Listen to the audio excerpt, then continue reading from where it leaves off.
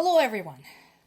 This particular headline could be slightly reworded.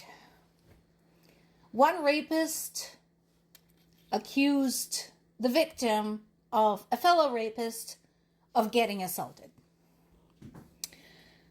And there's some facts there too.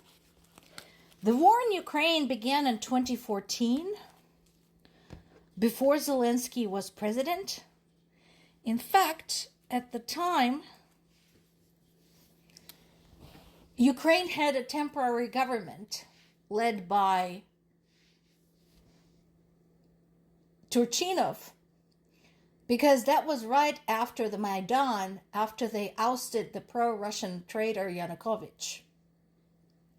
And yes, annexation of Crimea took place on Obama's watch, and that was one big, major point of contention I had with President Obama. And I told him, I've written to him multiple times on the subject. So, Trump blames Zelensky for the war that began long before Zelensky became president.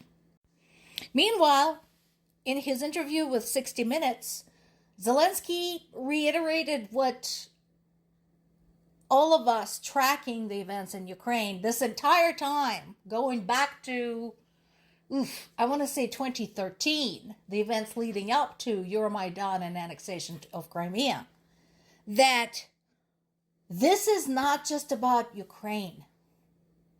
This is about security of the entire world. Just because Ukraine is not geographically close to you personally doesn't mean this is not going to affect you, because it's already affecting you. Like it or not, this is already happening to you. Factories engaged in metalworking are not getting stuff that they normally receive from Ukraine. Food manufacturers who rely on Ukraine's exports of grain and sunflower oil are not getting that. Guess who will be paying the cost for this? You are. You're going to pay the cost for this. Aside from the fact that any normal person, any reasonable, sensible, compassionate person in the world should be outraged that one country can go walking into the other country and hacking off a piece of it and murdering its civilians, including children. That should be outrageous to anybody. But if you don't care, you should care, because you will pay the price. And he's absolutely right. Putin is a bully. I said this many, many times. Putin is a bully. The only language he understands is force.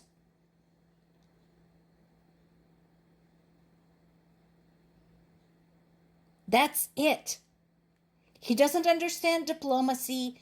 He doesn't understand any kind of niceties, any kind of compromises. He only understands force. He came walking into Ukraine by force. And the only way to stop this is to kick him out of there by force.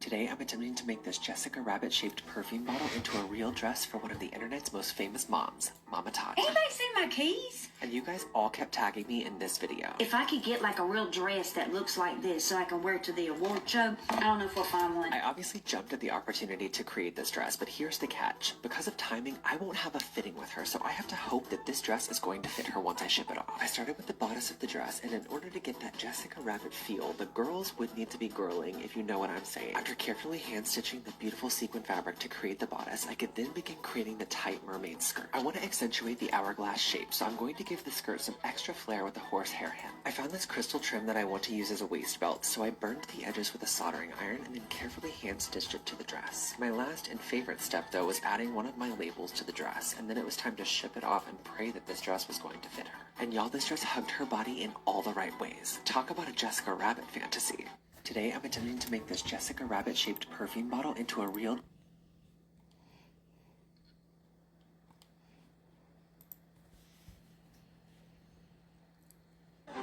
San Francisco. My production of Hamlet is coming to your first city at the Strand Theatre in the month of April, and it's selling so well, we're extending for another week in April. So if you'd like to buy tickets, just go to idiots.hamlet.com.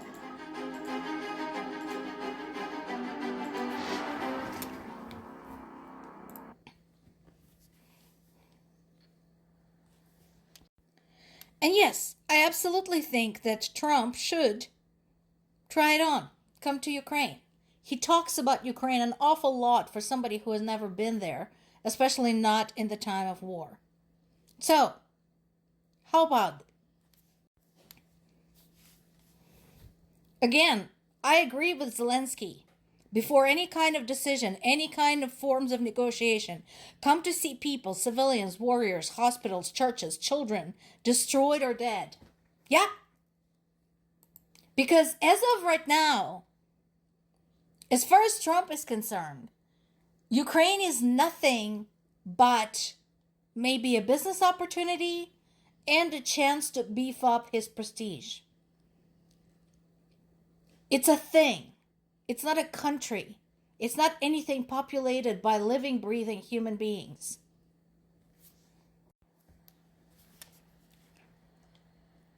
And let's not forget, while U.S. claims itself, or claimed in the past, to be Ukraine's ally, it has been acting anything but.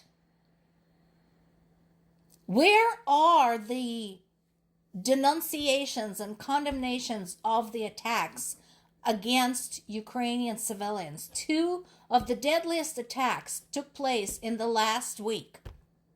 Sumy and Kryvyi Rih. Where is the outcry from the not from the even the civilians, but from the U.S. government, as other governments have done, who publicly denounce this? Asked about the attack, the U.S. president said it was terrible and that he had been told they made a mistake. Yeah, Donald, like you made a mistake deporting an innocent man and throwing him to an extermination prison? Kind of like that? That kind of mistake? Where human lives are lost? Apparently, some kind of conversation is still going on about the mineral deal. I don't know. I don't know why Ukraine's still bothering with that. It is very clear that Ukraine has been betrayed by the U.S. government. Why bother? Stop wasting your time. The only reason anyone has gone to Ukraine was Witkoff demanding the signing of the deal. The same Witkoff who suggested that Ukraine, part of Ukraine, should be given to Russia for supervision, for control.